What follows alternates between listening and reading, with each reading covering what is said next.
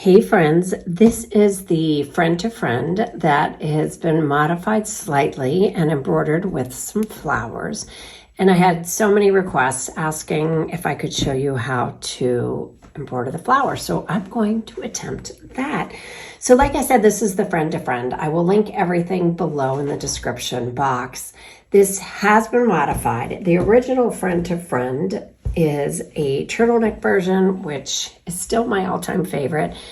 It is, I wrote the pattern in one solid color, but you can, sky's the limit. You can use different colors, you can stripe it, just whatever you want to do. It is a canvas to just play and show your own little personality in here, or big personality, I might say. So you can also embroider these with just the same color of the yarn that you used. You can change the color. You can wear a brooch on it. I love the brooch look. So that is something to think about also. But this is just the original friend to friend in the colorway Salt. This is the friend to friend in Werewolf. This is the colorway Werewolf, and I use the yarn Hue and Me by Lion Brand. It is 80% acrylic, 20% wool. It is not only affordable but very easy to care for, and some of the softest yarn you'll ever feel. I'm not even kidding you. I love these things. Washable, dryable, so your recipient will love it. They are made to make for friends. I hope that you have been making them and giving them. I have so many on my to-do list, but yes, this is my favorite yarn to use. But obviously, if you have a bulky weight yarn in the number 5, you can try that as well. You might have some in your stash. So I finished Friend to Friend for a friend just last night, and I started some of the flowers, and I just wanted to show you how to do this and the process of doing it. Like I said, I still haven't woven in my tails on this, and as you can also see, this flower's not, the greatest. If you like, sort of differences, great. It doesn't really matter how your flowers look. Flowers come in all shapes and sizes, and they are perfectly imperfect as well. But they're also easy to take out. So if I find that I do another flower here and I'm not crazy about that one still, they're so easy to take out. Be careful you don't cut your main project, but they are very easy to cut out. So the process of how I came up with this, and also I'm going to link the modifications to how many rows per size, because this pattern comes in 9 sizes, and I can tell you how many to do per section. This pattern, the original, is written bottom up. I tried it. It works top down. If you want to go ahead and do that, I probably won't rewrite the pattern. It is a bottom up pattern, but you can just reverse everything and it works. I just wanted to make sure it worked for somebody, and it did. This I knit bottom up because that's just what I like for this, and I like the way the decreases look, and as opposed to, you can't really see them, the increases. I really like the lines of the decreases. So anyhow, I will have in the description box below all of the different sizes per amount of rows per each. So you can, I'll have that on Ravelry. So the link you can take over to Ravelry, it'll have all that there. So I went into the kitchen to try to find what size flowers I wanted, and I found the lid to a salt shaker. So I used that. But if you like bigger lids, you can certainly, go around your home and just try to find circles. And then I cut out a stack of parchment paper. But if you don't have parchment paper, you can use tissue paper. You can actually also use tissue paper, and you can use a paper towel if you want something kind of easy to get out. I haven't tried it with paper. It might not be as easy to break, and you might be tugging a little bit more than you want to on your project. So, but I am using parchment paper. So I cut the circles. I ended up, wanting only 3 on this one. This is a smaller size. This is actually the smallest size, and it might be a little overwhelming for my friend to have too many. So I'm going to just put 3 along here. So what you do is you'll need a darning needle and a piece of yarn in the color you want. I am just going to match my stripe. So you cut the yarn to about 100 inches and then fold it in half. So you have 50 inches of yarn, and you will thread that through both, okay, and leave your little tail.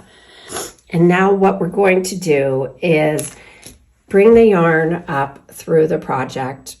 Nope, I'm going to thread the yarn down through the project and just leave the tail hanging out at the very top.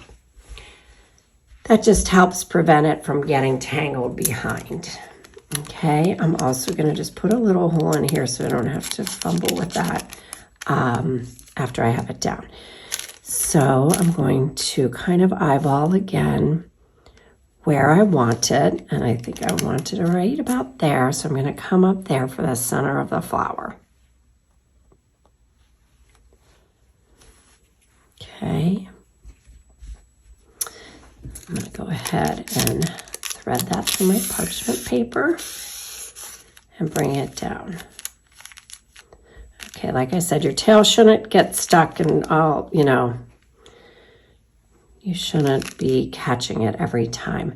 Now, I also like to lay the yarn flat. It just looks a lot better than if it was twisted and takes up more space on your circle. So just going to go ahead and do that. And then you can go anywhere around the circle you want to start.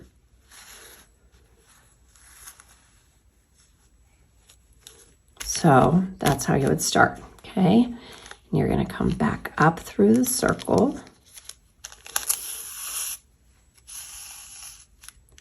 And back down just next to that other petal you made. Okay, so I'm just going to go ahead and continue through that manner, up through the center of the circle and down all the way around.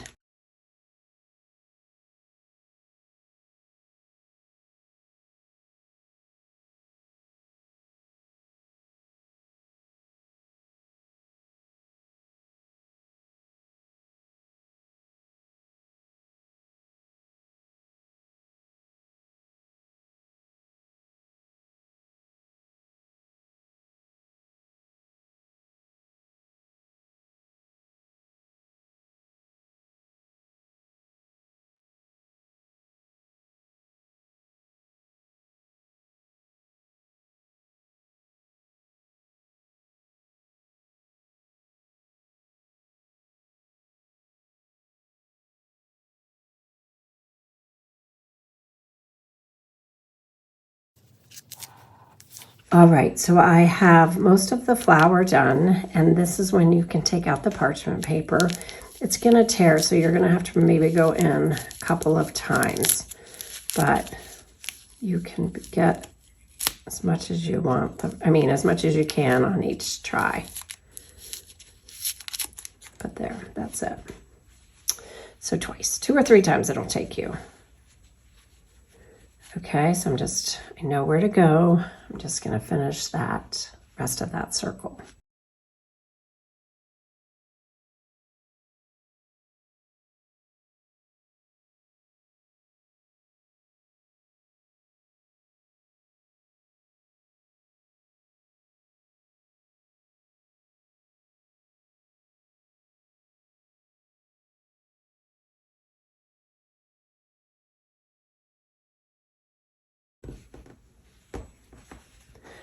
All right, there I have finished my flower, and I'm pretty happy with this flower. I might, like I said, still take out that flower, but it might be okay too. I'll have to see how I feel after I sew in all the ends. All right, so we're gonna go ahead and make our French knot now. So you're gonna take the needle up through the center of the flower,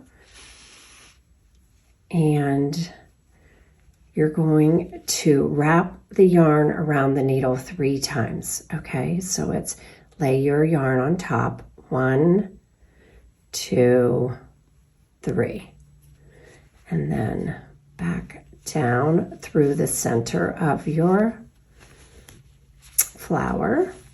And you have a lot of yarn there, so you might have to manipulate it a little bit.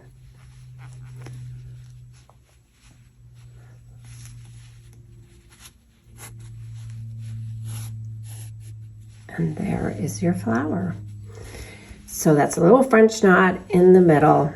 And now on the back, you have your back. You're going to take the tail that I just pulled back through, tie those together. The beauty of this also is that it's removable. So if somebody gets tired of it, so I have just been leaving, you know, a knot there and with 2 little tails. And that is pretty much it. I have to sew in the tails, and I have one of my Christmas gifts done. So this is the colorway. I'm not sure I mentioned it. This is grapefruit and this is toast. I really like that combination together. I think that works well, and it looks exactly like my friend. So yeah, there you go. Have fun with your friend to friend, and I hope, you know, you're enjoying the pattern as well. All right, see you soon. Bye.